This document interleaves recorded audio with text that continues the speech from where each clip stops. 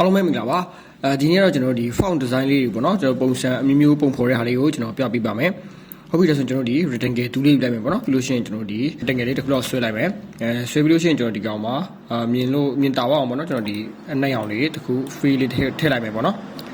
ဒီကျွန်တော် stock ကိုတော့ခဏဖျောက်ထားလိုက်မယ်ပြီးရင်ကျွန်တော်ဒီသူ့ရဲ့ဒီ down လေးတွေကိုကျွန်တော်ဒီ direct selection tool လေးနဲ့ကျွန်တော်နည်းနည်းဒီ down လေးကိုလုံးလုံးလေးကွေးလိုက်မယ်ပေါ့နော်ကွေးပြီးလို့ရှိရင်ကျွန်တော်ဘေးတူးယူမလဲဆိုရင် knife ပေါ့နော်ဒီကျွန်တော်ဒီ knife ဆိုတာလေးယူမယ်အကေဘေးရှိလို့ရှိမှဒါလေးပျောက်နေလို့ရှိရင်ဒီအဆက်30လေးကိုတွားပြီးလို့ရှိရင်ဒီမှာတွားရင်းမှာဒီ knife ကိုလိုက်ချပေါ့နော်လိုက်ချပြီးရင်ဒီနား knife ကိုကျွန်တော်ယူထားပြီးဖြစ်တဲ့ဒါ main နေရာပေါ့နော်မိတ်ဆွေလို့ရှိမှမရှိသေးဘူးဆိုရင်ဒါလေးကိုဆွဲပြီးမှဒီဘက်တူပါလေးကိုလေးထည့်ပေးလိုက်ပေါ့နော်ဟုတ်ပြီဒါဆိုရင်ဒါလေးနဲ့ကျွန်တော်ဒီရောအပိုင်းပိုင်းလေးဖြစ်တော့အောင်ကျွန်တော်ဒါဖြတ်မယ်ပေါ့နော်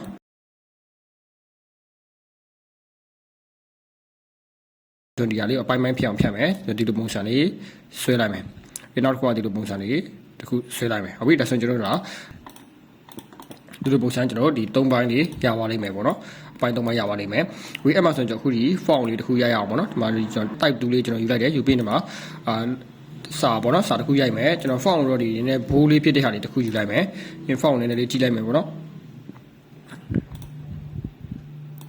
ပြီးရင်ကျွန်တော်ဒီ for base ဆိုစစ်ကြိုက် font ပေါ့နော်ကျွန်တော်တော့ try လို့ရလိုက်မယ်ရိုက်ပြီးလို့ရှိရင်ဒီ font ကိုကျွန်တော်ဘယ်ပို့ရမလဲဆိုရင်အနောက်ကိုပို့ရမှာပေါ့နော် right click ထောက်ပြီးရင်ဒီ array ကနေကျွန်တော်ဘယ်ပို့လဲဆိုရင်send to back ပေါ့နော်အနောက်ပို့ရမှာပြီးရင်ကျွန်တော်ဒီဒီ object လေးရဲ့ဒီ font ရဲ့နှစ်ခုလုံးကို selection ပေးလိုက်ပြီးကျွန်တော်ဒီ object ထဲကိုတွားပြီးလို့ရှိရင်ကျွန်တော်ဒီဘယ်ထဲတွားမလဲဆိုရင် evaluate destroy ဆိုတဲ့ထဲကိုတွားပြီးရင်မအောင်နေပြီလဲဆိုရင် make with top object ဆိုတဲ့ဟာပေါ့နော်သူရဲ့ shortcut key ကတော့ alt control c ပေါ့နော်အဲ့ဒီတစ်ချက်နှိပ်လိုက်ဒါဆိုရင်ကျွန်တော်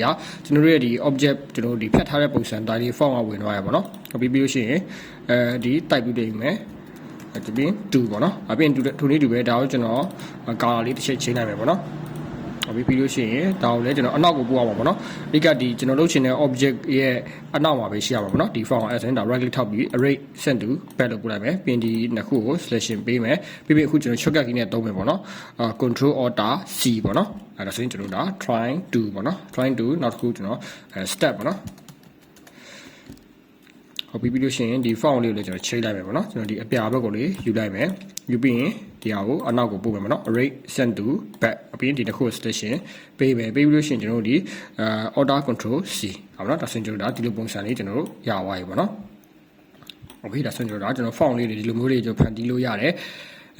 မိတ်ဆွေတို့ပြန်လို့ပြင်ကျင်နေဆိုတော့ရဒီ2ကိုကျွန်တော်တို့ကကျတော့နည်းနည်းဒီ color ချိန်နေတော့ချိန်နေဆိုရင်ဒါကို click နဲ့ check ခောက်လိုက်အဓိကပါလေဆိုရင်ကျွန်တော်ဒီ isolate ခေါ်ပါတော့ isolate ခေါ်ပြီးတော့မှကျွန်တော်ဒီ color ချိန်နေဆိုရင်လည်းပြန်လို့ထက်ချိန်လို့ရသေးရဲ့ပေါ့နော်အပေါ်ဘက်ကိုချိန်မယ်ဆိုအပေါ်ဘက်ကိုရွေးလိုက်ပြီးရင်ဒီကဘားတန်းလေးကိုတစ်ချက်နှိပ်လိုက်ဟုတ်ပါတော့ဒီလိုပုံစံနဲ့ကျွန်တော်ဒီ font လေးတွေကိုပုံဖော်လို့ရတယ်ပေါ့နော်